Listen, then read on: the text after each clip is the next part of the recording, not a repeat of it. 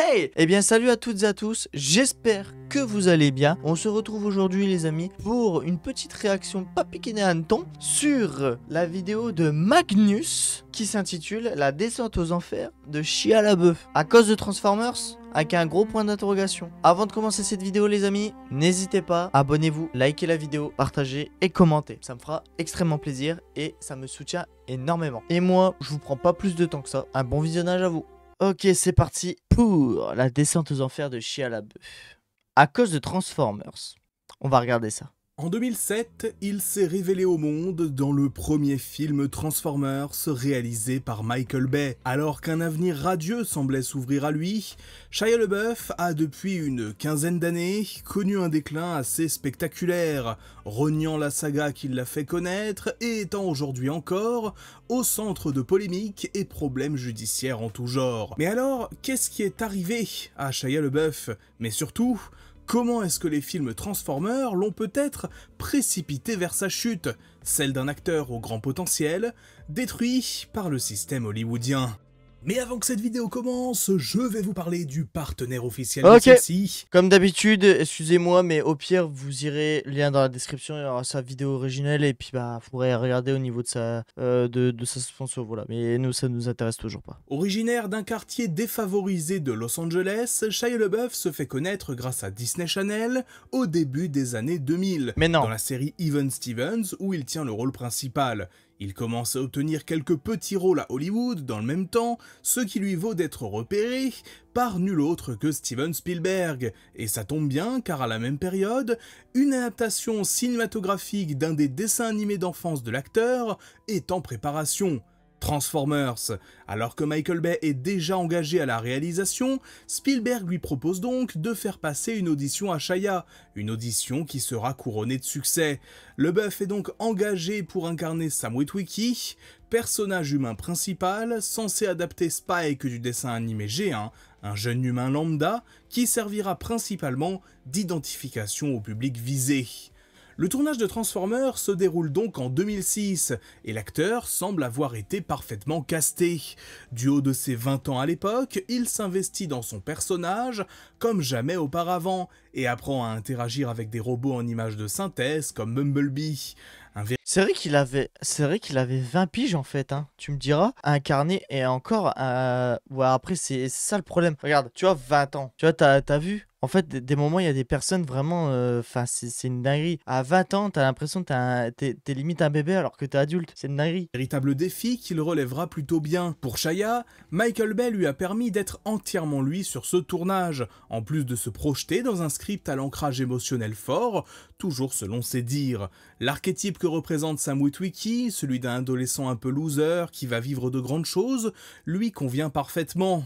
En 2007, lors de la sortie du film, c'est l'explosion, sans mauvais jeu de mots avec Michael Bay. Le film est un carton, et l'acteur, encore majoritairement inconnu du grand public, se retrouve propulsé sur le devant de la scène. Tournée médiatique, promo en tout genre, c'est un nouveau monde qui s'ouvre pour Shia LaBeouf, qui un an plus tard enchaînera avec Indiana Jones 4 dans un rôle qui est loin d'avoir fait l'unanimité, mais qui a contribué à faire de lui une étoile montante d'Hollywood malgré tout. Malheureusement... Ouais, c'est pour ça que je me posais la question, parce que j'avais vu que Shia LaBeouf, justement, il était dans Indiana Jones, mais je sais plus si c'était juste après le premier Transformers ou si c'était avant. Et du coup, bah visiblement, il y a eu Transformers 1, Indiana Jones et après la suite. Les choses vont commencer à tourner à partir de 2008 et le tournage de Transformers Revenge of the Fallen, ou la revanche en français. Alors que le budget du second opus de la saga est encore plus élevé, de même que les ambitions, la grève des scénaristes frappe Hollywood, et plutôt que de retarder le film, Paramount compte bien capitaliser sur sa nouvelle poule aux œufs d'or, avec une date de sortie toujours prévue pour juin 2009. Résultat, le script du second opus est fait à la va-vite, et le tournage commence alors que des pans entiers du scénario sont encore en cours d'élaboration. Une décision que l'acteur regrette particulièrement. Dans plusieurs interviews, il explique qu'on a alors perdu le cœur du film, que le seul objectif de la suite était de dépasser l'opus précédent, au point que c'est devenu trop gros. perdant au passage les relations entre les personnages et faisant qu'au final, ce film ne compte pour rien, c'est juste un enchaînement de combats de robots. Il ira même plus loin en déclarant qu'on leur a donné de l'argent, des jouets, mais pas de script, et avec une date à respecter scrupuleusement. Dans une industrie hollywoodienne vivant une grève à l'époque, Shia LaBeouf s'est alors retrouvé dépassé par tous les enjeux financiers autour de lui. La volonté de Paramount de reproduire le succès du premier film, la volonté de Hasbro de vendre toujours plus de jouets, et au milieu de tout cela, un acteur qui voulait faire de son mieux, mais qui n'a eu d'autre choix que de se plier à toutes ces contraintes. Le premier Transformers est peut-être le film où Shia LaBeouf s'est trouvé en tant que star. Le second, c'est celui où il s'est perdu. Perdu au milieu de cette industrie bien plus grande que lui. Et ironiquement, c'est un peu ce que traverse son personnage dans l'histoire, puisque Sam passe la majorité du film à avoir des visions qu'il ne comprend pas à cause d'un éclat du Allspark, et à chercher désespérément un sens à ce qu'il est en train de vivre. Lorsqu'il a passé chacun de ses films en revue en 2015, il évoque une certaine détresse pendant la projection du second Transformer. Pour lui, c'est une sorte de crise qu'il a traversée. Après la débandade créative qu'a été ce second opus donc, Shia LaBeouf espère que le troisième sera l'occasion pour lui de finir en beauté, puisqu'il a annoncé que ce Transformers serait son dernier. Il évoque même que Transformers 3 sera, je cite, sa dernière obligation corporate. Après ça, il ne travaillera plus pour l'argent. Je comprends, du coup, ouais, je comprends pas pourquoi en fait, pourquoi faire les trois? Parce que, ah ouais, peut-être parce qu'il voulait partir sur une trilogie des films de base auxquels il avait déjà accroché dans le premier. Donc il s'est dit, le premier, je suis à fond dedans et tout est nickel et tout, ça marche de feu de Dieu. Le deuxième, malheureusement, avec les problèmes qu'il y a eu, les choses qui se sont passées et tout, il a peut-être dû, je pense, se poser des questions et du coup se dire, bon bah vas-y, je vais faire le troisième et à partir du troisième, par contre là, je raccroche parce que là, ça part en couille. Parce qu'il sera riche. Du cynisme peut-être, mais aussi un certain pragmatisme de la part de l'acteur. Si ce nouvel Ah ouais, par contre, j'avoue aussi, ça aussi, j'avoue, moi perso, je pense, je l'aurais fait aussi, je pense. À mon avis, je pense que je l'aurais fait aussi, parce que ils ont tellement, à mon avis, je pense qu'ils ont tellement gagné aussi avec les films Transformers que du coup, il s'est dit, bon tiens, hop, je fais le troisième, prends mes thunes, je me casse. opus a cette fois-ci un raison, script écrit avant le tournage, ce qui est déjà une amélioration comparée à 2 ans avant. Les problèmes arrivent vite. Sa co-star, Megan Fox, avec qui il a brièvement entretenu une liaison 1 an avant, se retrouve viré quelques jours avant le tournage. Il perd donc l'un de ses principaux repères, et devra finalement échanger la réplique avec la mannequin britannique Rosie Huntington-Whiteley, l'alchimie entre les deux acteurs étant parfois... Ah, c'est pour ça que c'est elle qui est dans le 3 en fait. Ah, c'est pour ça que dans le 3, c'est pour ça que c'est elle qui est dans le 3. Parce que Megan Fox, ça s'est fait tège. Oh les bâtards. Proche du néant, mais difficile d'en vouloir à l'un ou à l'autre. Pendant le tournage, qui n'est pas de tout repos, des tensions commencent à émerger entre lui et le réalisateur Michael Bay. Ce dernier se serait en effet plaint de l'attitude capricieuse de Shia LaBeouf sur les plateaux, au point de ne plus jamais vouloir retravailler avec lui. Il va même jusqu'à évoquer les futurs projets de la franchise Transformers, en assurant que ça ne se fera dans tous les cas pas avec Shia. Ce dernier temporise un peu à ce moment, disant avoir appris beaucoup aux côtés de Michael Bay et qu'il aimait bosser avec lui. Un petit discours corporate sans doute, mais aussi une façon de calmer le jeu avant de quitter la saga qui l'a fait connaître. Si Transformers 2 voyait un Shia LaBeouf perdu au milieu de toute cette machine hollywoodienne, Transformers 3 c'est au contraire un Shia LaBeouf énervé et revanchard que l'on voit, ce qui laisse présager d'un avenir qui se passera loin des grands blockbusters. Après cet ultime Transformer pour lui, la volonté de Shia LaBeouf est claire, se lancer dans des projets qui lui tiennent à cœur, dans lesquels il a envie de s'investir, quitte à s'éloigner du système hollywoodien classique.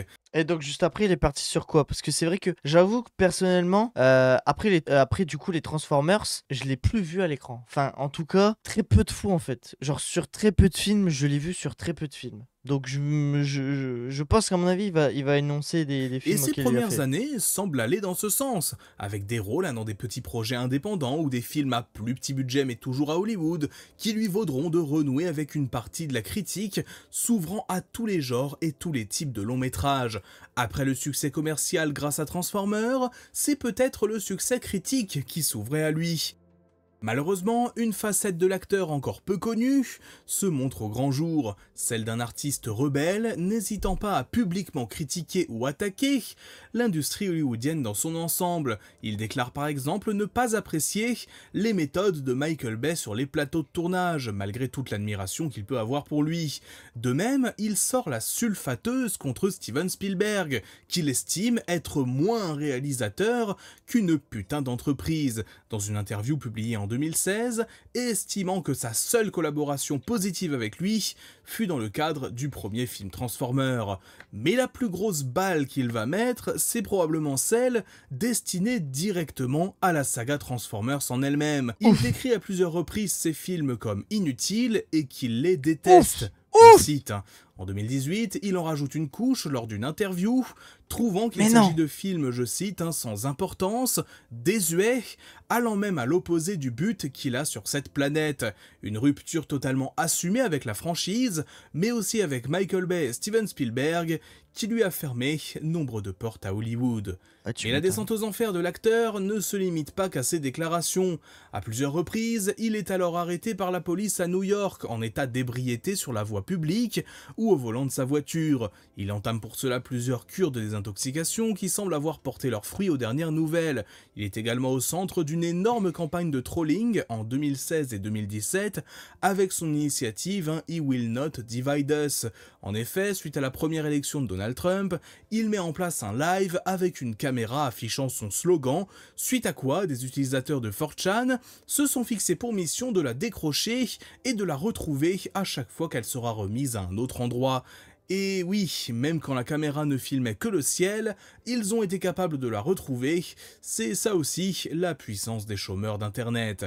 Dans un registre beaucoup plus grave, deux de ses anciennes petites amies l'accusent en 2018 d'agression sexuelle et de violence conjugale. Aïe aïe aïe aïe aïe aïe aïe. Ah, je m'y attendais à celle-là. Putain, je me suis dit, il nous montre une image comme ça, il va nous dire soit il a fait de la tôle ou alors il va nous parler de violence conjugale. Putain. Ah, je m'y attendais à celle-là. Ah, c'est con. Il reconnaît alors avoir été violent envers lui-même et envers tous ses proches pendant des années, s'en voulant et s'excusant à ceux à qui il a pu faire du mal. Cependant, quelques temps plus tard, il nie tout de même les accusations. Celui qui a lui-même été victime d'agression sexuelle en 2014 lors d'une performance artistique sera jugé pour le même genre de fait en septembre 2025. Transformers aura été une bénédiction autant qu'une malédiction pour Shia LaBeouf. La saga aura beau l'avoir projeté dans le grand... En fait, le truc, c'est que je dirais qu'en fait, c'est juste parce qu'il est parti un petit peu en couille après Transformers. C'est-à-dire que, très honnêtement, s'il aurait fait les trop Transformers, du coup il aurait fait les trop Transformers et puis derrière il aurait essayé de voir pour faire quelques petits rôles et tout. Je pense qu'à mon avis c'est pas forcément que le film en fait qui a détruit Shia LaBeouf, mais Shia LaBeouf aussi lui-même. Je pense que tu peux pas tu peux pas tout mettre non plus. Tu peux pas mettre la faute totale sur un film que t'as tourné. Tu peux pas mettre une faute totale parce que il y a des acteurs qui avec des films comme ça se sont totalement perdus, mais qui plus tard se sont retrouvés. J'ai pas d'exemple concret, mais je sais que il y a certains acteurs qui ont totalement, genre qu'ils ont flop de fou dans des films et qui sont partis en couille et tout, et qui se sont retrouvés dans des séries ou des films et qui ont très bien marché et qui ont très bien remonté la pente. d'Hollywood, lui donnant le premier rôle dans 3 des plus gros blockbusters de l'époque, elle a aussi été un passé dont il n'a pas su se détacher. Vivre ces 3 films dans une période aussi rapprochée en plus, l'aura amené à détester les grosses productions hollywoodiennes et à apparaître de moins en moins dans certaines d'entre elles. La faute notamment aussi à un caractère rebelle et anticonformiste, n'hésitant pas à s'en prendre à certains des plus grands noms de l'industrie. Steven Spielberg, Michael Bay, ou plus récemment Francis Ford Coppola, dont il n'estime n'avoir rien compris au film Megalopolis dans lequel il a joué, quelques mois seulement après sa sortie.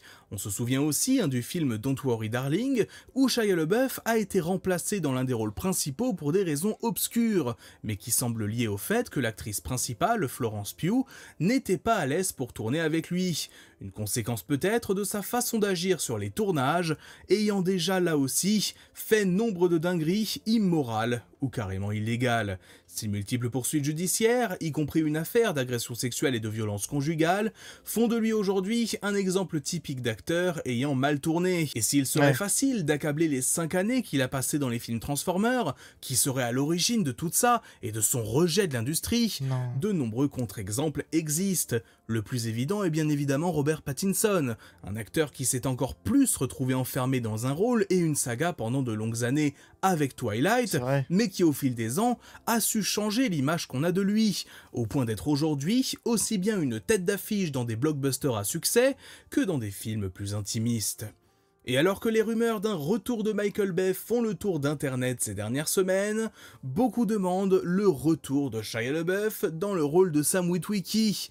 Croyez-moi, c'est bien la dernière chose dont Transformers a besoin. Rappeler un acteur qui est passé à autre chose depuis 15 ans, qui renie ses films dès qu'il en a l'occasion, et qui est au cœur d'affaires judiciaires. Même Megan Fox aurait davantage sa place que lui, si on devait rappeler quelqu'un de la saga originale. Voilà pour cette petite vidéo analyse sur un sujet un petit peu différent d'habitude, un petit peu dans le même style finalement que celle sur Megan Fox. En tout cas c'était mon idée, même si bon voilà, sur Shia LaBeouf faut aborder les choses bien sûr de façon différente, en prenant en compte voilà la gravité de ce qu'il a pu faire et puis comment il a tourné au fil du temps. Dites-moi en commentaire ce que vous en avez pensé, et on se retrouve très vite pour du nouveau contenu. C'est tout pour moi, c'était Magnus, ciao. Bah... Au moins, je connais un peu plus parce que je connaissais pas, on va dire, tous les faits qui s'étaient passés avec Shia LaBeouf. Mais au moins là, avec cette vidéo, j'en sais un peu plus par rapport à ce qui s'est passé et ce qu'il a fait. Donc ouais, en fait, c'est ça le truc, c'est que au départ, en fait, il était sur une bonne ligne. Et il est parti en couille en fait d'un coup. Ce qui souvent est le cas de pas mal d'acteurs, mais il y en a beaucoup. Il y en a quand même beaucoup qui s'en sont relevés, mais aussi beaucoup qui partent en couille et qui restent dans l'abîme. En soi, en vrai, je sais même pas. Je pense pas que Shia LaBeouf ait fait beaucoup de films juste après. Mais voilà. Ah bah ouais, ouais. Magnus, voilà. Megan Fox, la vérité sur son départ de Transformers. Eh bah, ce sera peut-être pour une prochaine réaction du coup. Voilà. Voilà. En tout cas, perso, j'ai kiffé. Et puis voilà, pouce bleu. Et voilà. Eh bien merci à toutes et à tous d'avoir regardé cette réaction, j'espère qu'elle vous a plu. Moi perso j'ai kiffé tourner cette react, surtout que je ne savais pas pourquoi Shia LaBeouf. J'avais vu que Shia LaBeouf justement était parti un peu en couille sur un petit peu sa carrière. Mais je ne savais pas que c'était à cause de Transformers, je ne savais pas qu'il y avait autant de choses liées à Transformers. Et je ne savais pas qu'il était parti en couille à ce point là par rapport au film. Voilà. Donc, dites-moi votre avis. Qu'est-ce que vous en avez pensé en commentaire. Surtout, n'oubliez pas, likez, abonnez-vous, partagez, commentez. Et puis voilà. Et ça me fera extrêmement plaisir. Donc, on se retrouve une prochaine pour une nouvelle vidéo, les gars. Passez une bonne soirée ou une bonne journée, vu à quand vous regarderez cette vidéo. Et à la prochaine pour une nouvelle réact. Allez, ciao, bye bye.